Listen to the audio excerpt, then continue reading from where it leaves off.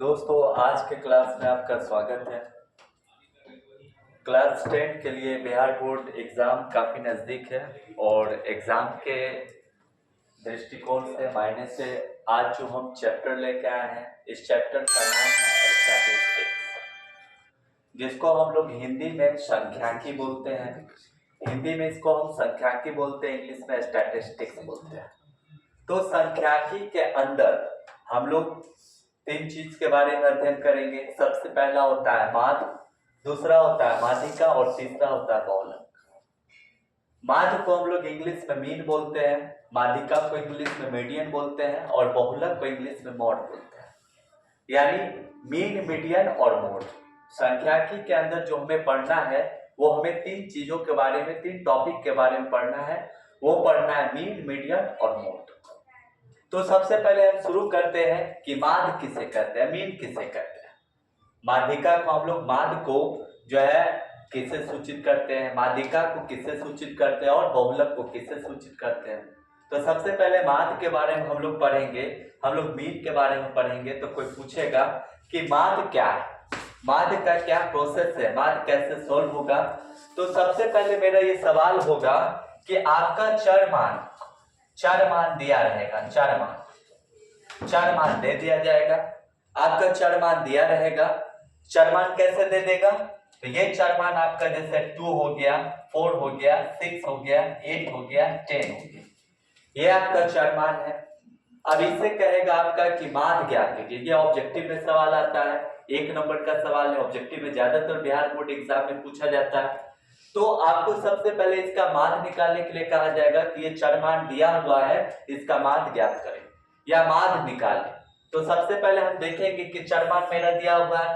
माध्य निकालने के लिए मेरा स्पेशल फॉर्मूला होता है आंकड़ों का कुल योग बटे आंकड़ों की संख्या।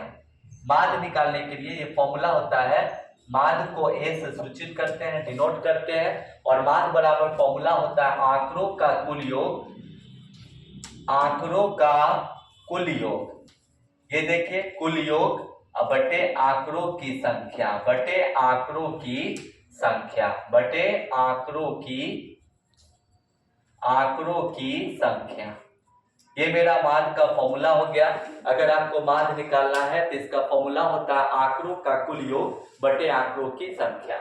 तो आइए, ये मेरा आंकड़ा या चर मान आपको दिया हुआ है, इसको हम लोग लगाएंगे, ये फॉर्मूले पे पुट करते हैं। तो आंकड़ों का कुल योग यानी 2 + 4 + 6 + 8 + 10 यानी 10 हो जाएगा, बटे आंकड़ों की संख्या। तो हम काउंट करेंगे कि ये चर मान मेरा कितना है, यानी नंबर ऑफ डिजिट मेरा कितना है।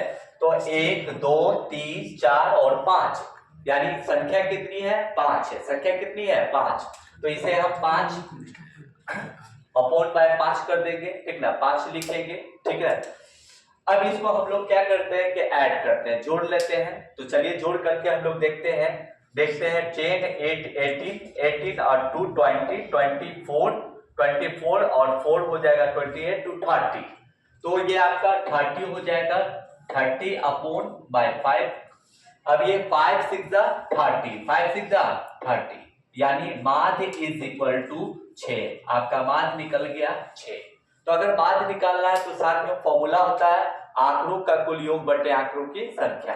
अगर आपको चर मान दिया है, डाटा दिया हुआ है, तो अगर आपको माध्य निकालने के लिए कह दिया जाएगा तो माध्य निकालने का फॉर्मूला होता है आंकड़ों का कुल योग बटे आंकड़ों की संख्या। इस तरीके से हम अपना माध्य निकाल सकते हैं। अगर आपको सवाल कह दिया जाए कि 5 विषम संख्याओं का माध्य ज्ञात कीजिए, या फिर कह दिया जाए कि 10 सम संख्याओं का माध्य ज्ञात कीजिए, या फिर कह दिया जाए कि आपको 5 अभाज्य संख्याओं का माध्य ज्ञात कीजिए, तो आपका इसी तरीके से ये फॉर्मूला होता है आंकड़ों का कुल योग बटे आंकड़ों की संख्या, आंकड़ों का कुल योग बटे आंकड़ों की संख्या। इसी फॉर्मूला पर हम आसानी से अपना माध्य निकाल सकते हैं। नेक्स्ट क्वेश्चन देखते हैं। माध्य निकालने का और भी प्रोसेस होता है, और भी हम लोग ले सकते हैं एग्जांपल, फॉर एग्जांपल के रूप में। क्या अगर आपका चर मान दे दिया जाए, चर मान आपका इस तरीके से दे दिया गया है, चर मान क्या दे दिया? तो दे दिया है 5 हो गया, 10 हो गया, 15 हो गया, 20 हो गया, 25 हो गया और 30 हो गया। अब इसका कहेगा कि माध्य ज्ञात कीजिए। या इसका आप जो है मीन फाइंड कीजिए, ठीक है ना, माध्य निकालिए। तो माध्य निकालने के लिए सबसे पहले हम लोग सॉल्व करेंगे। तो माध्य निकालने के लिए मेरा फॉर्मूला होता है आंकड़ों का कुल योग बटे आंकड़ों की संख्या, आंकड़ों का कुल योग बटे आंकड़ों की संख्या, ये माध्य निकालना है। तो आइए माध्य निकालते हैं। सॉल्यूशन 4 मान मेरा दे दिया है, 5 दे दिया, 10 दे दिया है, 15 दे दिया है, 20 दे दिया है, 25 दे दिया और 30 दे दिया। अब इस सवाल का कहता है कि माध्य ज्ञात कीजिए। ये सवाल ऑब्जेक्टिव में पूछे जाते हैं, ज्यादातर ये ऑब्जेक्टिव लेवल का क्वेश्चन है। तो माध्य निकालने का बिल्कुल सिंपल ट्रिक है, बिल्कुल आसान सा तरीका। एक छोटा सा फॉर्मूला होता है जिसे हम लोग को याद रखना पड़ता है, वह फॉर्मूला है आंकड़ों का कुल योग बटे आंकड़ों की संख्या। तो हम लोग देखते हैं इस सवाल को सॉल्व करके और इसका आंसर कितना आता है, इसका माध्य का क्या वैल्यू निकलता है। तो आइए सॉल्व करते हैं। सबसे पहले माध्य निकालना है, तो माध्य इज इक्वल टू, माध्य को ए से कैपिटल ए से सूचित करते हैं और माध्य बराबर फॉर्मूला मेरा होता है आंकड़ों का कुल योग, आंकड़ों का कुल योग, आंकड़ों का कुल योग, कुल योग हो गया बटे आंकड़ों की संख्या, बटे हो गया आंकड़ों की संख्या, बटे आंकड़ों की संख्या, बटे आंकड़ों की संख्या, ये आपका फॉर्मूला हो गया। अगर आपको माध्य निकालना है तो फॉर्मूला होता है आंकड़ों का कुल योग बटे आंकड़ों की संख्या। तो चलिए आंकड़ों का कुल योग करते हैं। अब जितने भी डाटा हमको दिया हुआ उसको प्लस में लिखना है, जोड़ के रूप में लिखना है। तो आइए 5 हो गया, प्लस हो गया 10 हो गया, प्लस हो गया 15 इसको ऐड करना है, प्लस हो गया 20 इसको ऐड करना है, अब प्लस हो गया 25 इसको ऐड करना है, अब प्लस हो गया 30 इसको ऐड करना है। बटे संख्या में हम लोग देख लेते हैं कि संख्या कितना है।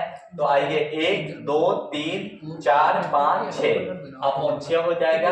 अब इसको ऐड कर देते हैं, तो हम इसको जोड़ करके देखते हैं कि मेरा ऊपर वाला का जोड़ कितना आ रहा है। सभी संख्या को ऐड करेंगे तो देखिए 10 5 15 15 15 30 हो गया, 30 20 50 50 20 70 5 75 75 30 75 और 30 हो गया लगभग 105, 70 75 और 30 ऐड कर लेते हैं 5 7 3 10 105 बाई 6 हो गया। अब इसको हम डिवाइड करना चाहते हैं तो डिवाइड कर देंगे।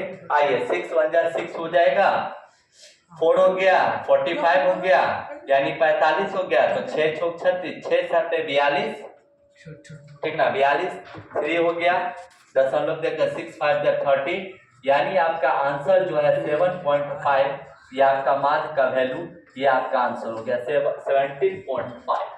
यानी माध्य निकालने का बिल्कुल आसान तरीका है। अगर हमको 4 मान दिया है, 4 मान दिया रहेगा तो माध्य निकालने का फॉर्मूला होता है आंकड़ों का कुल योग बटे आंकड़ों की संख्या।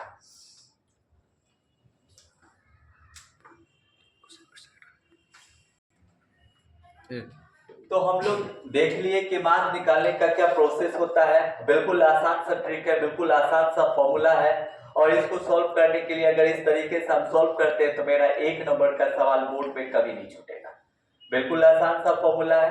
याद रखना है कि आंकड़ों का कुल योग बटे आंकड़ों की संख्या। माध्य को इंग्लिश में मीन बोलते हैं और माध्य को डिनोट करते हैं कैपिटल ए से, ठीक है।